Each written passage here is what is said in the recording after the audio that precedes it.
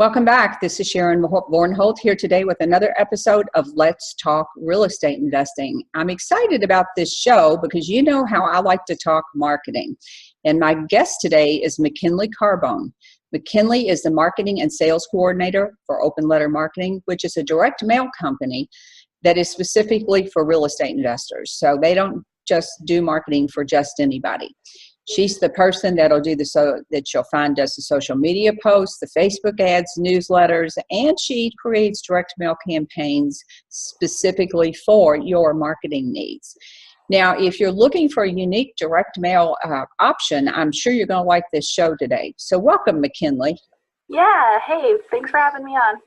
Well, tell me, we chatted a little bit before the show, but tell me a little bit about the history of Open Letter Marketing and your founder. Yeah, absolutely. So Open Letter Marketing has been around for a little over 2 years now and was founded by Justin Silverio, who is a real estate investor here in Boston, Massachusetts. So we're a little bit young, but we're staying fresh and keeping things new. But he has a long time. He's in the industry, so he knows direct mail. That I know that. So I know that when for folks that don't know, you can reach out to McKinley and she'll send you a sample packet of direct mail pieces, which I did. And I was impressed by the fact that they were somewhat unique. Today's market, people, you see that commercial where people have gone nose blind to the smells. I like to say they've kind of gone blind to the same old when it comes to marketing. Everybody is sending yellow postcards and yellow letters. We'll talk about those a little bit later. So if you can get something that's different, that stands out, but still looks professional, then I think you have a better shot of getting it opened. I'm sure you all find that too, McKinley. Yeah, absolutely. So let's talk a little bit about some of your different direct mail pieces that you offer. Yeah, absolutely. So as you mentioned, we try to stay unique. We try to keep things, different from every, other yellow letter that people are seeing out there. And that is by design. Everything from our postcards to our professional handwritten letters, we offer trifold flyers, is designed to catch the prospect's eye, to have your mail piece sort of float to the top of the mailbox and to have them ultimately give you a call back. So that's sort of what makes us different. We aren't trying to fit in. We're not trying to do what everyone else is doing. We're trying to stand out and kind of catch their eye. So that's ultimately the goal of our mail pieces. That goes down to everything from the letter to the font to the envelope style. We're just trying to kind of shake it up, show you something new. Yeah, I was kind of intrigued by I noticed some of your envelopes look like they have houses and it's kind of a print, like a blue or something. The goal with direct mail, if you're not doing a postcard, is just to get it opened. I mean, you have to get it opened. Otherwise, it doesn't really matter what your message is on the inside. So I can see where that probably has a higher open rate than some of the other pieces. Yeah, we've literally had people say to us, I had a prospect call me back, and they did so because of the envelope, because of the letter. And that's the stuff we love to hear, because like you said, if they're not opening it, then it's all for naught anyway.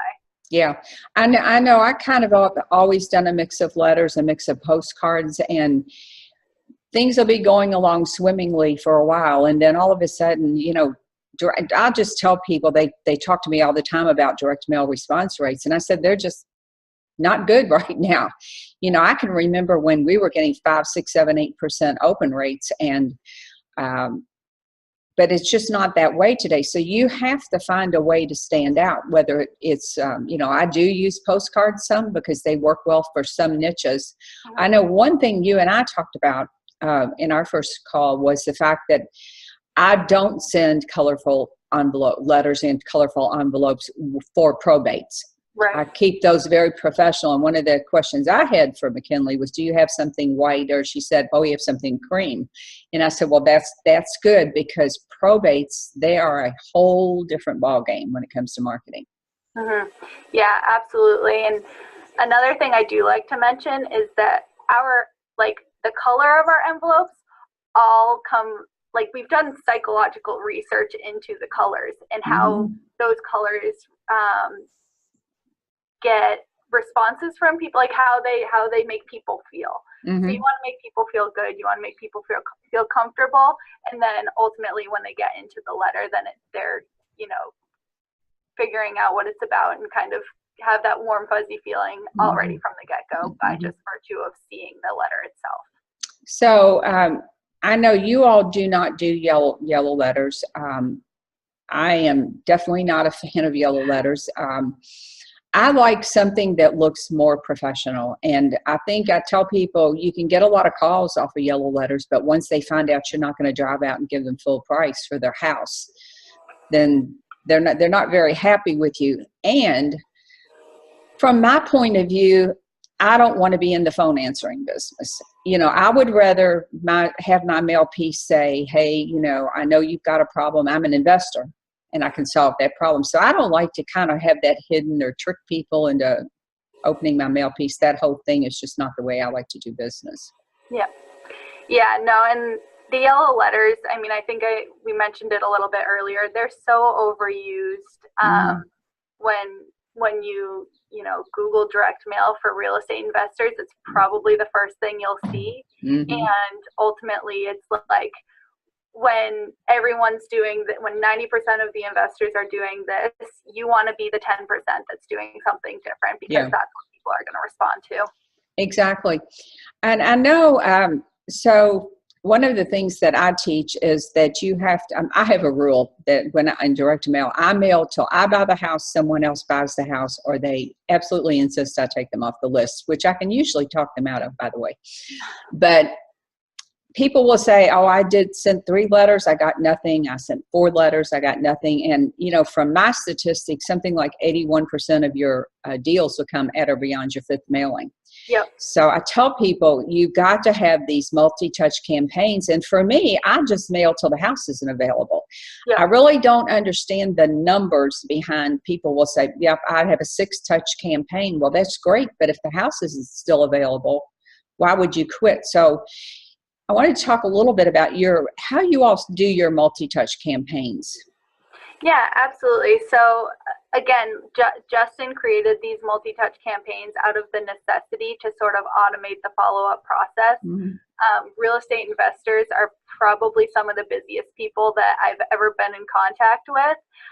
So the goal was to sort of like one and done, set up your campaign for 3 through 6 months and on if you want to keep going, and then sort of set it and make sure that everything is taken care of. So you can go in one time, set up your campaign for an entire 6 mailer campaign sequence, and then just all you have to do from there is approve proofs and take people off of your list if you don't want them to get more mailers. So that's really where the multi-touch campaign came into play.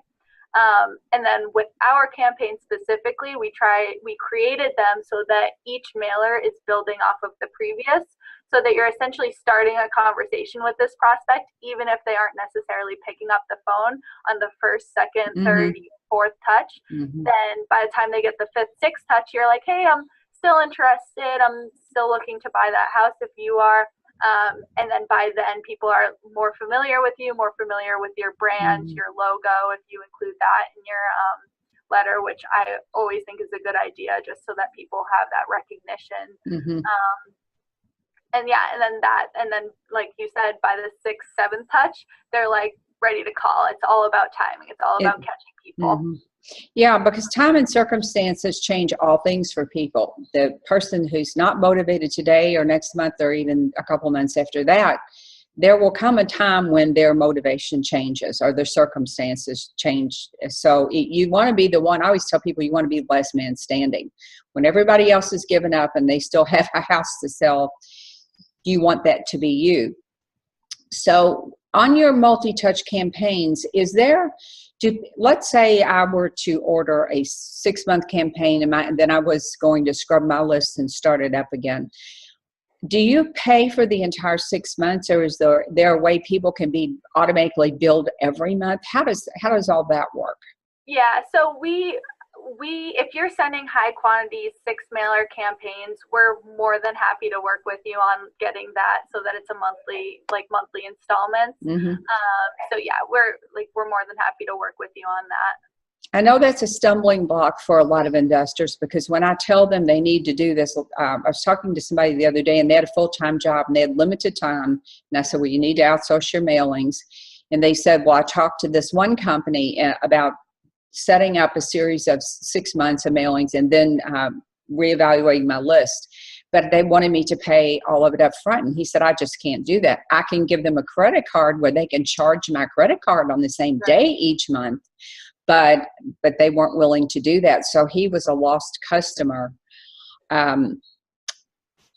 probably forever, because he just felt like he just really felt stuck. I felt kind of bad for him.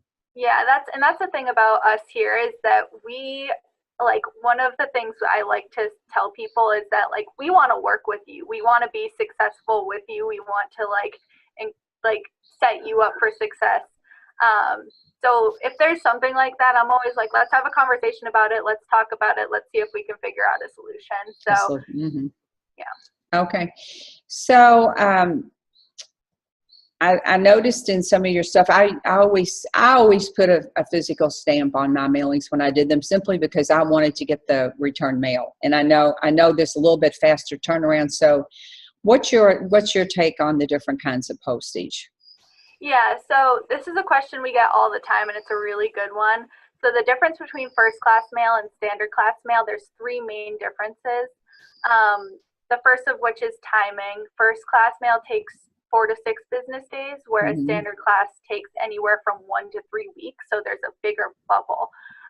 It usually takes around 2 weeks, I would say generally, but it sort of depends on where you are in the country. The next would be price. First class is 17 more cents than standard class mail.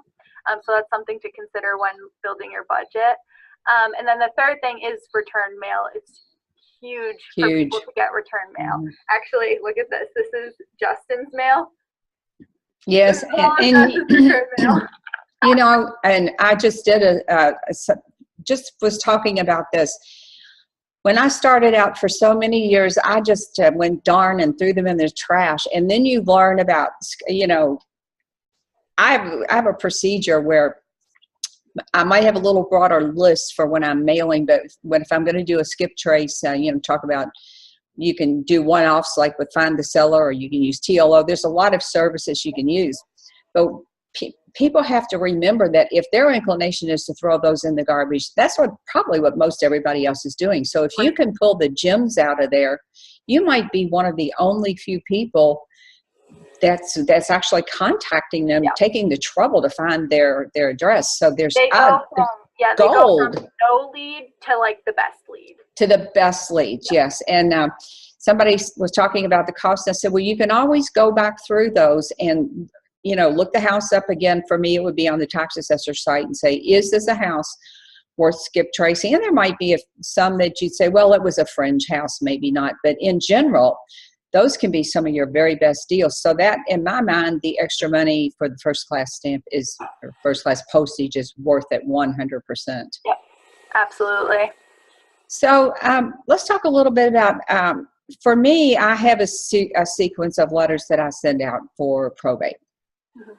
Can someone, if they have a special message, can that be done? Can you all do that? Can you? Yeah, absolutely. So we have what's called create your own letter. So whether you're doing a letter, a handwritten letter, a professional letter, a trifold flyer, or even a postcard, we can take your design, take your content, and format it in our system. And then another thing I like to tell people is that we'll always send you a proof before anything gets printed or anything gets mailed. So you're always going to see that mailer, and we do not print anything until that gets confirmed. So when we send it to you, it is via email, so it's not like you get a hard copy. So hey, some people ask. So yeah, so we'll send you that proof. If you have any edits, you can let us know. We can fix it up on our end and then send it back to you, and then once we get that proof through, then it's good to go. But yeah, we absolutely do create your own. Okay. So do you have the ability, I know you and I talked earlier about postcards I know you offer small postcards and you're going to offer larger postcards. Is that correct? Yep. We're actually working on getting that product rolled out here soon. Awesome. Awesome. Because I know a lot of people that like to send even the next size up postcard. They don't need the giant postcards, but like the next size postcard that'll be bigger than all the other little ones. Right. Someone asked me recently, because I know a lot of the companies, they can put their picture on the postcard or whatever. Do you all have that ability to do that? Yep, absolutely. We can pretty much work with anything you give us as long as it fits on the piece of paper. As long as it meets the formatting requirements and all of that. Okay, so I'm pretty big on branding, and I think if somebody got a postcard from you month after month after month, as opposed to someone with no picture, I just feel like in terms of nurturing, that people get to feel like they know you if you have your picture particularly on a postcard. Yep, absolutely. Family pictures are always a big one. Right. Show them your kids, your dog. Yeah, your dogs. Yeah, and and in branding, people go, well, I don't know about going into the whole personal thing. They'll say, no, you really should do that. You've got to have a professional image, but people want to know that you're a real person, that at the end of the day, you're just like them. Yeah. Yep. So you all offer a number of list things. You can get your list from you. You can get your list scrubbed through you. And then you had something called a super lead generator. So talk about those. Yeah, absolutely. So so you can get your list from us. Like, we like to be sort of a one-stop shop, so to say, for all things direct mail. So we can pull your lead list. We pull leads from ListSource. So we can pull lead lists. We can get your list scrubbed, which essentially scrubs for vacant, deceased. And then we also do what's called a light skip trace. Now, we say light because it's not like a full-on in-depth background check on these individuals. Right. But we can essentially find if they've recently moved and they have a forwarding address. We can find that forwarding address and apply it. So we do that. And then as far as the super lead list generator, that's essentially if you have multiple leads or multiple list types. So say you have an equity list and an absentee list. You can give us those two lists and we can determine if there is one prospect that falls on both lists. What's called a super lead. Because that's nice. Yeah, exactly. Because they become really, really strong leads if they're falling on multiple lists. So that's the idea behind that. And now let me ask you this. In ListSource, one of the things I always did, which cost me a little bit more for absentee owner leads, was to look for that equity piece, 50 to 100% equity. Can you all get that in your, I'm assuming you can because it was a ListSource thing. Yep, absolutely. We have standard settings on ListSource to make sure that we're not going to pull just like a super broad list. We want to make sure it incorporates, some of those things and the parameters on the house size and that sort of thing. Yeah. Exactly. Yeah. The one thing that I found to be super helpful for me, it definitely makes your list smaller, but it makes it a better list, was that equity piece. As an investor, most rehabbers, by the time they start backing out their numbers and their repairs and everything, they're going to have to be at 50% to or somewhere thereabouts at least to make that into a deal. So, okay, well, that was an important thing for me. So I like the fact that people today, especially people that are getting started, the way I kind of view your company is as like a resource to help people. Because a lot of people, they know they want to do direct mail. They know they need a list. Maybe they're kind of confused about how all the pieces fit together. So, and it's all fine and dandy for me to teach that. But when it comes down to the day that they really are going to drop their credit card, they want to know that they're doing it right. So those people then have somebody, they have you, I guess you're the person. Okay. That's you. You're everybody. You're everything, McKinley. Okay, so that's really helpful to people because it's once you've been doing direct mail, it was always my best source of leads, always. And even with websites and all of the other things, I still think direct mail is an integral part of was certainly the way you get off market leads for sure. But I like the next thing I wanted to talk about too is the IP marketing. That is fascinating to me, and it's just one more edge that people can get. So tell me how that all works. So let's assume that I know nothing, and you're going to tell me how this all works if I'm doing a direct mail campaign with you. Absolutely. So IP marketing is something that we use in conjunction with direct mail.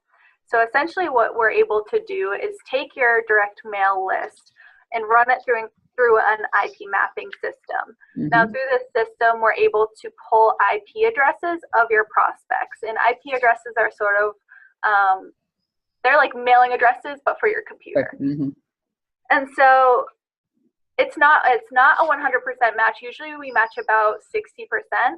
Mm-hmm. Now, once we have these IP addresses, we're able to use those to put banner ads on these individuals, like browsing history or browsing tendencies, I should say. So if they're on their computer and they're going through news sites, or they're going through Facebook, or they're going pretty much anywhere on the web, on the internet, they can see your banner ad. They can see your logo. It plays into branding. And then that banner ad is also linked up to your landing page. So whether that's your website or something along those lines. Okay. Yeah. So that's kind of a tentative. So let me see if I understand this. So if someone pulls up let's assume they're in Google and they're looking for your website, then how does that work if they pull up your website?